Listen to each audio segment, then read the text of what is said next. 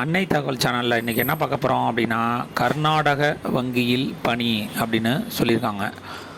Place of posting எங்கே அப்படின்னா all over India அப்படின்னு சொல்லியிருக்காங்க. என்ன போஸ்டிங்க்கு கால்ஃபார் பண்ணியிருக்காங்க அப்படின்னா கஸ்டமர் சர்வீஸ் அசோசியேட் போஸ்ட் அப்படின்னு சொல்லியிருக்காங்க.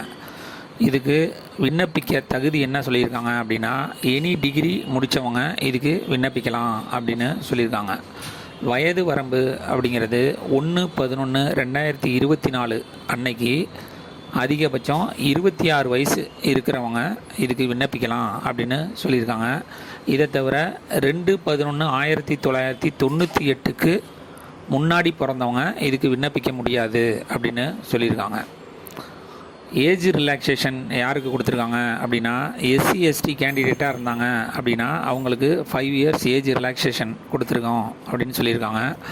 சேலரி 24,050லேருந்து 64,480 வரலாம் கொடுப்போம் அப்படின்னு சொல்லியிருக்காங்க. இந்த எக்ஸாமுக்கு செலெக்ஷன் ப்ராசஸ் எப்படி நடத்துகிறாங்க அப்படின்னா ஆன்லைனில் விண்ணப்பிக்கிறவங்களுக்கு ஃபஸ்ட்டு ஆன்லைன் எக்ஸாம் வைக்கிறாங்க.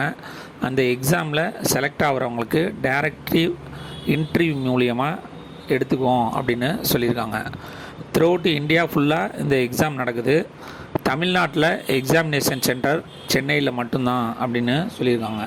இந்த எக்ஸாமுக்கு ஆன்லைன் மூலியமாக மட்டும்தான் விண்ணப்பிக்க முடியும். அப்ளிகேஷன் ஃபீஸ் என்ன சொல்லியிருக்காங்க அப்படின்னா எஸ்சி எஸ்டி கேண்டிடேட்டாக இருந்தாங்க அப்படின்னா அவங்களுக்கு ஆன்லைன் எக்ஸாமினேஷன் ஃபீஸு 600.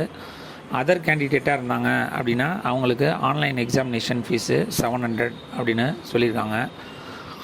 விண்ணப்பிக்க கடைசி நாள் 30/11/2024 அப்படின்னு சொல்லியிருக்காங்க. டிஸ்கிரிப்ஷனில் லிங்க்கு மற்றும் நோட்டிஃபிகேஷன் கொடுத்துருக்கேன், பாருங்கள். விண்ணப்பித்து வெற்றி பெற்று பணியில் சேர்க. நன்றி, வணக்கம்.